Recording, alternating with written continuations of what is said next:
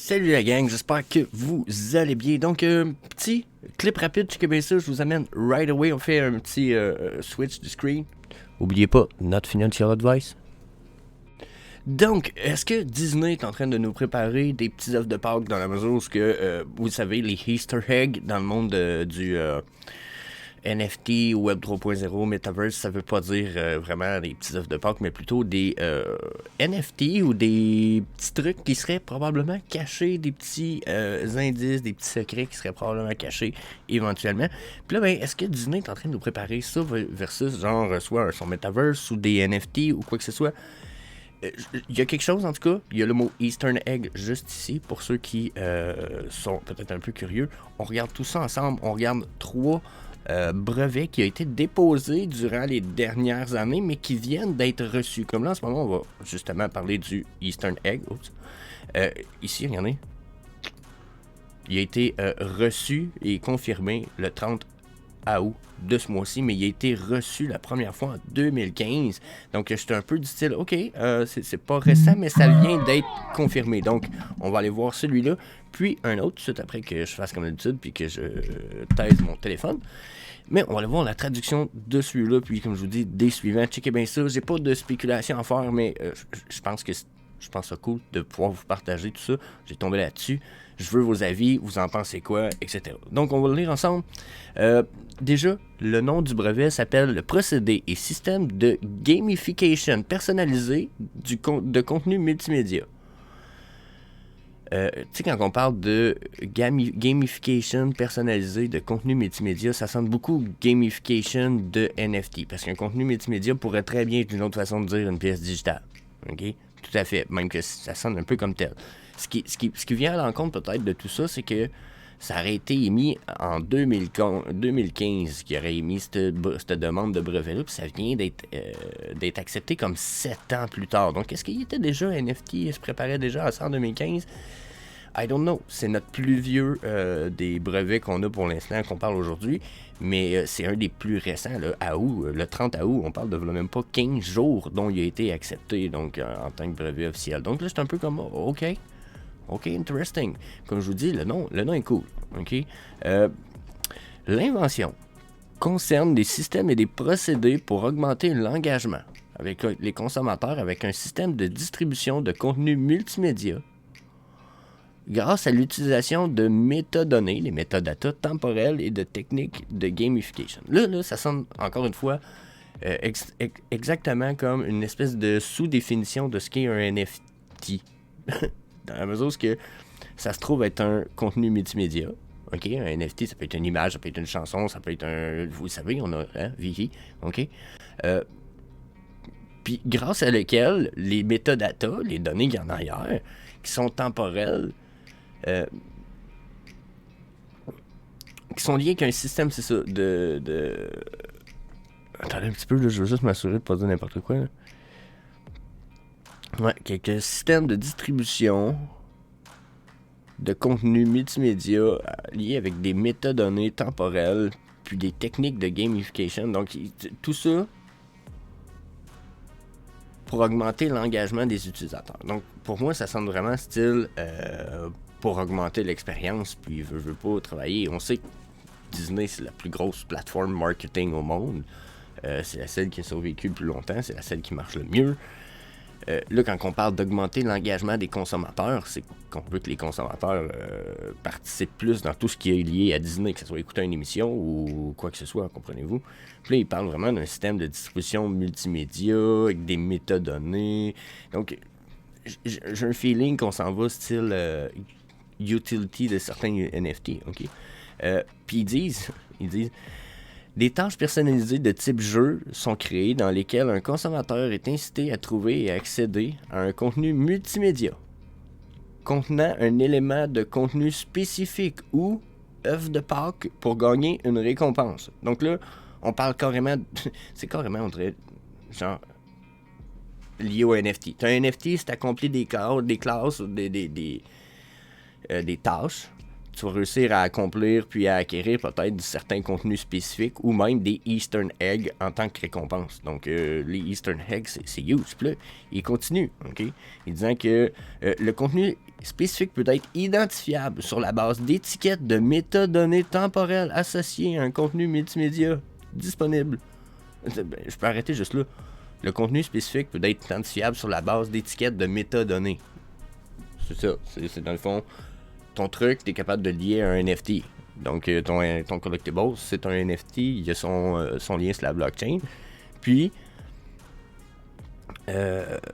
tout ça est affiché dans le temps, puis c'est associé au système de distribution de contenu, puis etc. Donc, ça a l'air d'avoir, exemple, des...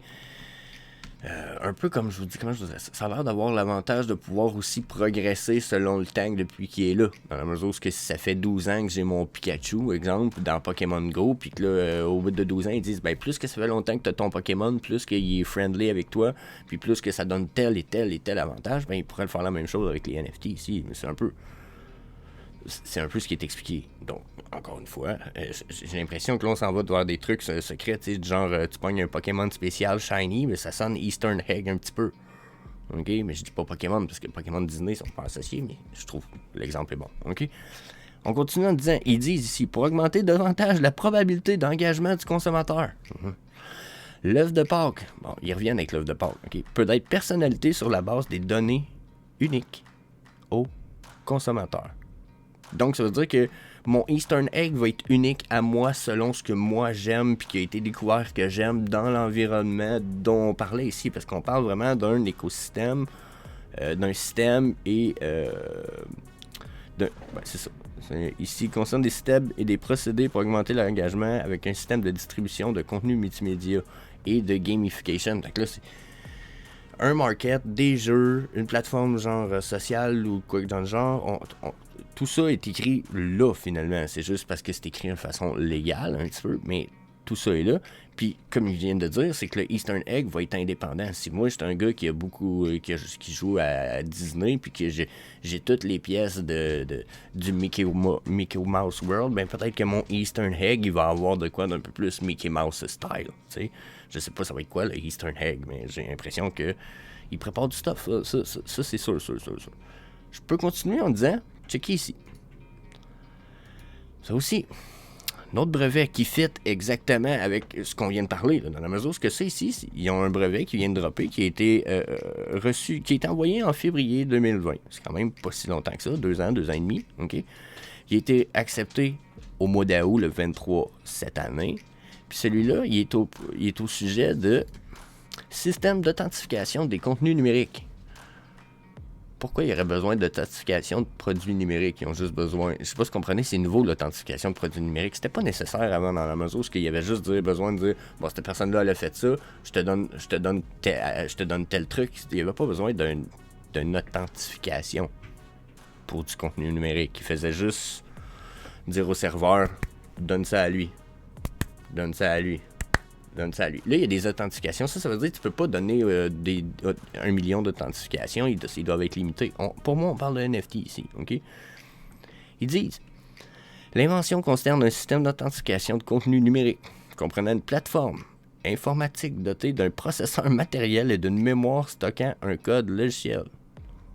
Donc, déjà, encore une fois, selon un mode de réalisation, le processeur matériel exécute un code logiciel pour recevoir un contenu numérique, identifier une image d'une personne, représenter un contenu numérique, déterminer un paramètre de forme d'oreille de la personne représentée. Donc, là, probablement qu'on parle d'un scan un peu biométrique, il y en a ici, déterminer un autre paramètre biométrique de la personne.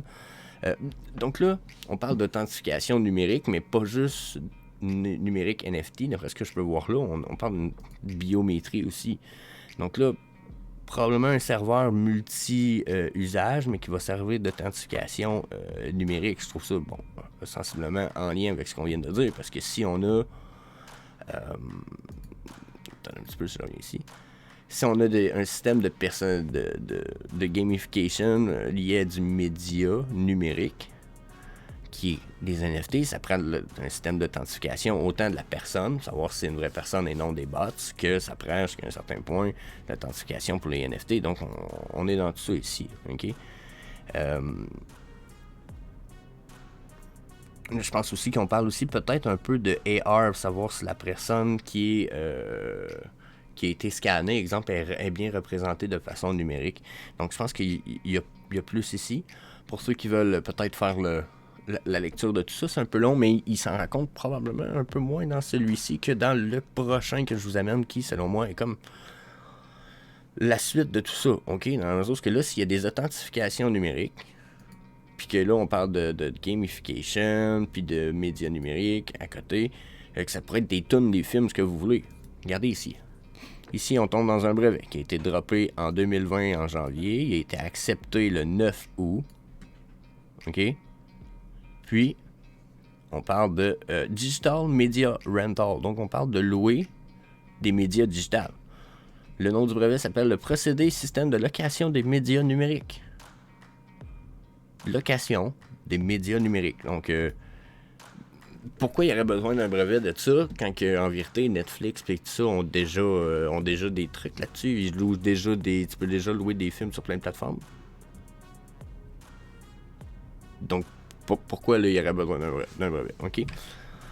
Ils disent l'invention concerne un procédé et un système d'attribution d'accès de contenu multimédia numérique. Dans un mode de réalisation, le système peut comprendre un serveur multimédia accessible sur un réseau de communication, un processeur du serveur multimédia étant configuré pour crypter le contenu multimédia numérique afin de produire une licence secondaire pour le contenu multimédia numérique. Donc, bon, on va commencer par là. Je vais peut-être même essayer de le supérer. Ici, tu vois. OK. Dans le fond, ce qu'ils disent ici, c'est que le système va être capable de créer une espèce de clé qui va accepter qu'une tierce personne utilise certains NFT qui n'est pas à lui pour un temps à X pour pouvoir utiliser certains médias. Dans la mesure où moi, si j'ai exemple un partner statut, puis que le fait que je le loue à quelqu'un, mais cette personne-là, elle peut écouter tous les films de Disney Plus gratis tant qu'elle a loué le partner statut. Ben, je sais pas si vous comprenez. Moi, je le loue. Elle, ça lui permet d'avoir un accès numérique le temps qu'elle a loué. Fait que si au bout de 2 jours, le NFT, sa location tombe à zéro, elle perd tout accès de location après ce temps-là. Donc, c'est un peu ce qui vient d'être écrit ici. Okay? Ensuite, ils disent pour fournir une clé de licence temporaire permettant à un utilisateur d'accéder à au moins une première partie du contenu multimédia numérique pendant un intervalle d'activation de la licence. Donc là, encore une fois,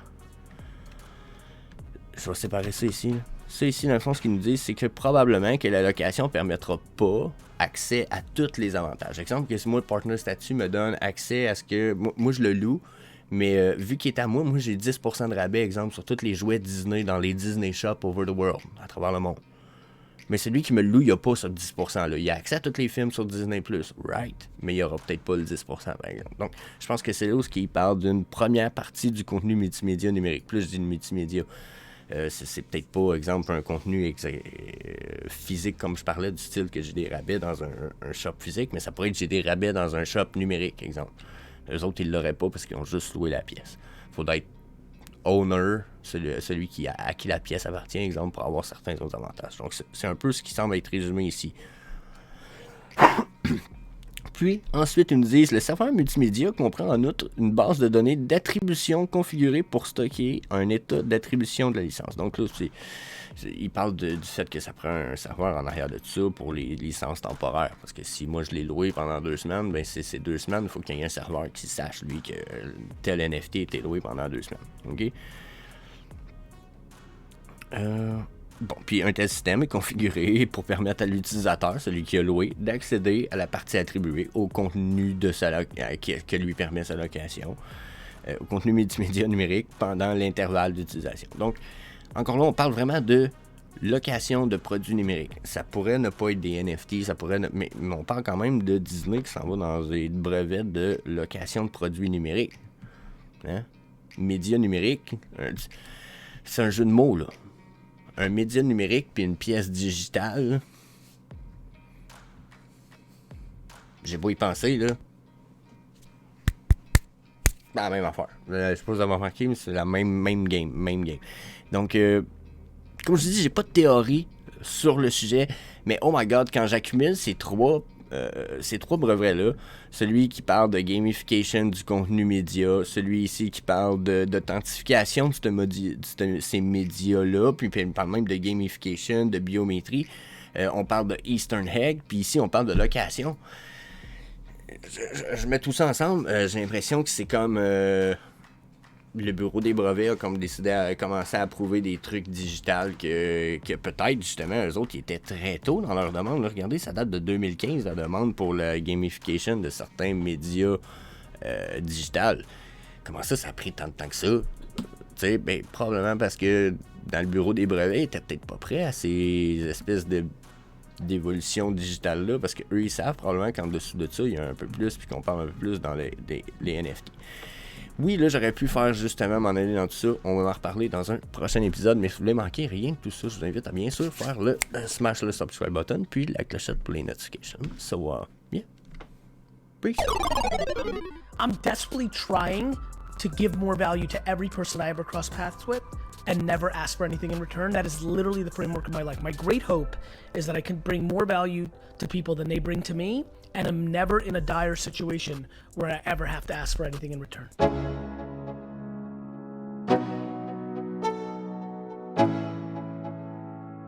Let's go. Yeah. I'm like an addict, do I gotta have it. I ain't even playing, got a really bad habit. If it moves, gotta grab it. Fuse like a magnet, lose, won't have it till I'm doomed in a casket. I ain't playing, got a weird mind. If you work 8 hours, I'ma work 9. If the shoot tastes sour, you should taste mine. I'ma stay in power for a long time.